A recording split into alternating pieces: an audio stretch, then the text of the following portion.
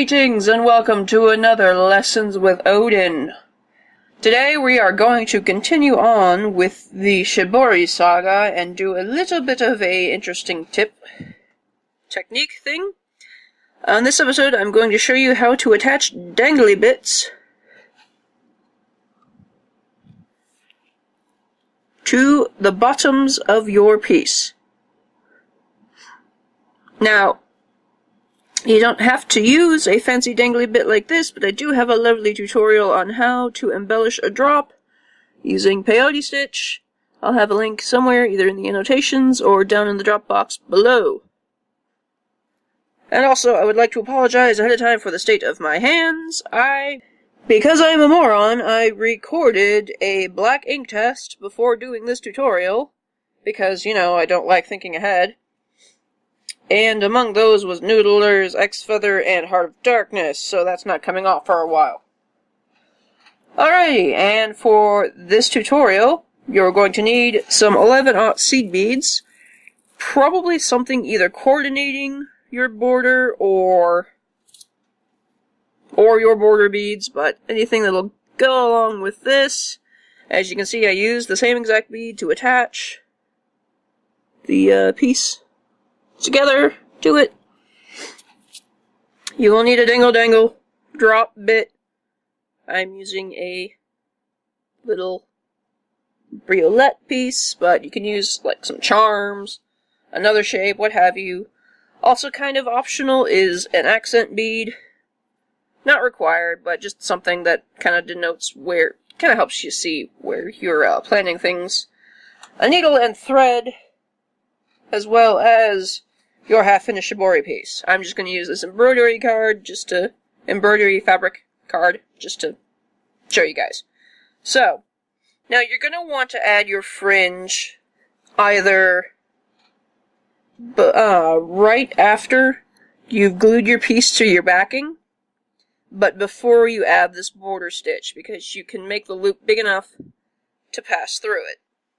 This is so that you can kind of disguise the threads a little bit to match with the backing, because the threads are going to show, and no other place really is a good place to do it, unless you kind of hang it out through the body and just kind of drape it over, like that, if you know what I'm talking about. If not, that's cool. Basically, I'm just kind of showing you this as a guideline. Feel free to explore and try out other techniques. This is just what I have experience with, and I'm also still learning more techniques in the world as well. So, alright, so first off, we're going to take our piece, and we're going to have our thread knotted at one end, and we're simply just going to pass our needle back to front towards the bottom of our piece. Alright. Now I'm going to take some seed beads and put it on. This is basically the same principle as a fringe drop. So for this one I'm going to add about 4 beads at the top. And you want to double check your measurements, because from here you have enough to pass over the edge of the card, as well as make a loop wide enough so that you can pass your needle through the loop of the fringe when you make your border around. And I'll show you more on that when we get to that point. So, from this point, after I've added on my 4, I'm going to add on my accent bead. Then I'm going to add enough beads so that I can cover through halfway of the drop. So in this case, I like to add at least 2, sometimes 3, depending on how much of a dangle I want on the drop. And then I'm going to sew on my drop. So this is what I have so far. I have 4 beads, an accent bead, and 3 seed beads, as well as a drop bead. Now, this works just like fringe, so what I'm going to do is basically mirror the other half. So I am going to add on 3 seed beads Then I'm going to pass back up through the accent bead here.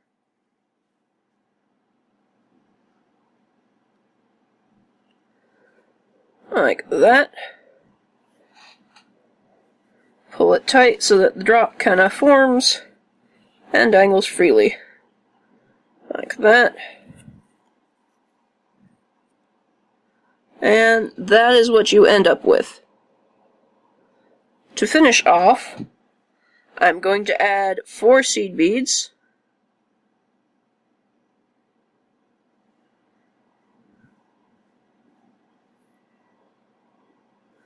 And then I'm going to pass back to front somewhere similar to the original point.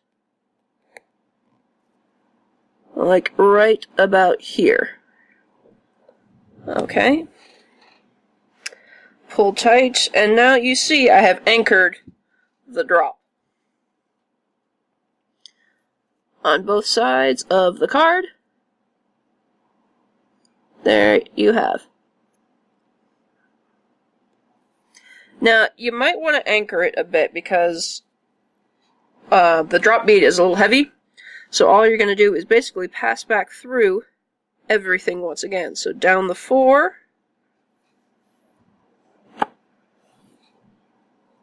down through the accent bead,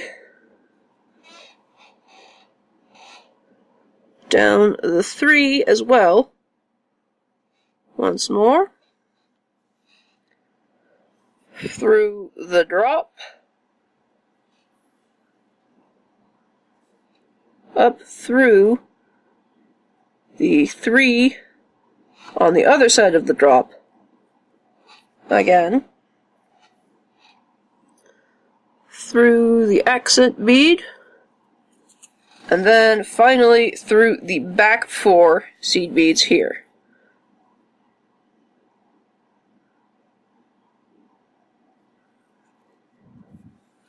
Alright.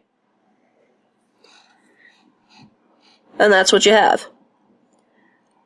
Now feel free to continue on and keep adding fringe drops on the other side. I'm not really going to go over too much of how to do fringe unless you guys want me to, because there's a lot of resources online that you can kind of figure out how to do some fringe. But to end your thread, because you're pretty much... I recommend starting any fringe that you do on one, and putting the fringe alone on one thread by itself, and then ending it when you're done with the fringe. Because if the fringe breaks, you're only going to have to replace the fringe. If you are doing your piece and doing all of the stitching work and everything, and then you add your fringe onto it then, and the thread snaps, well, you're going to have to do something about the end, because if the fringe goes, all the other beadwork that you've done in the process is also gone. So, that's just my little tip there. Always start fringe with a new thread. So, in order to end this, all we're going to do is a half-hitched knot. So we're going to take our needle and we're going to pass it back through the thread that's underneath the fringe bead. I'm going to pull it through until we form a loop. Put our needle through that loop and pull tight to secure it.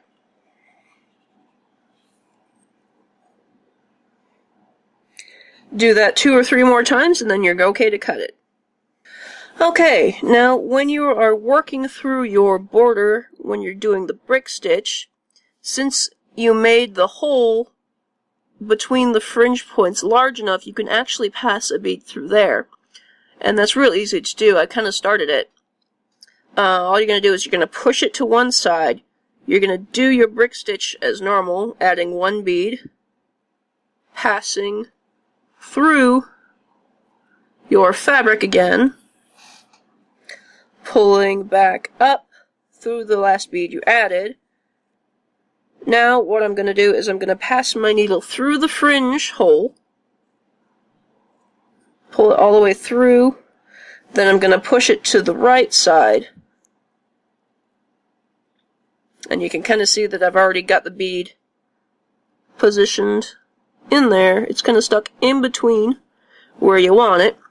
And I'll just continue on for another stitch. I add on my 1 bead, do my brick stitch as normal,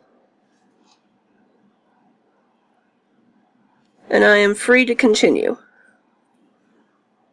Just like that.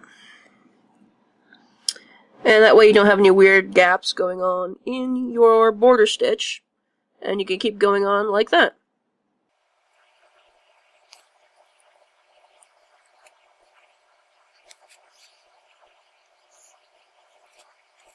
Just like that. And that is pretty much it for how you add drops and fringe to your shibori pieces.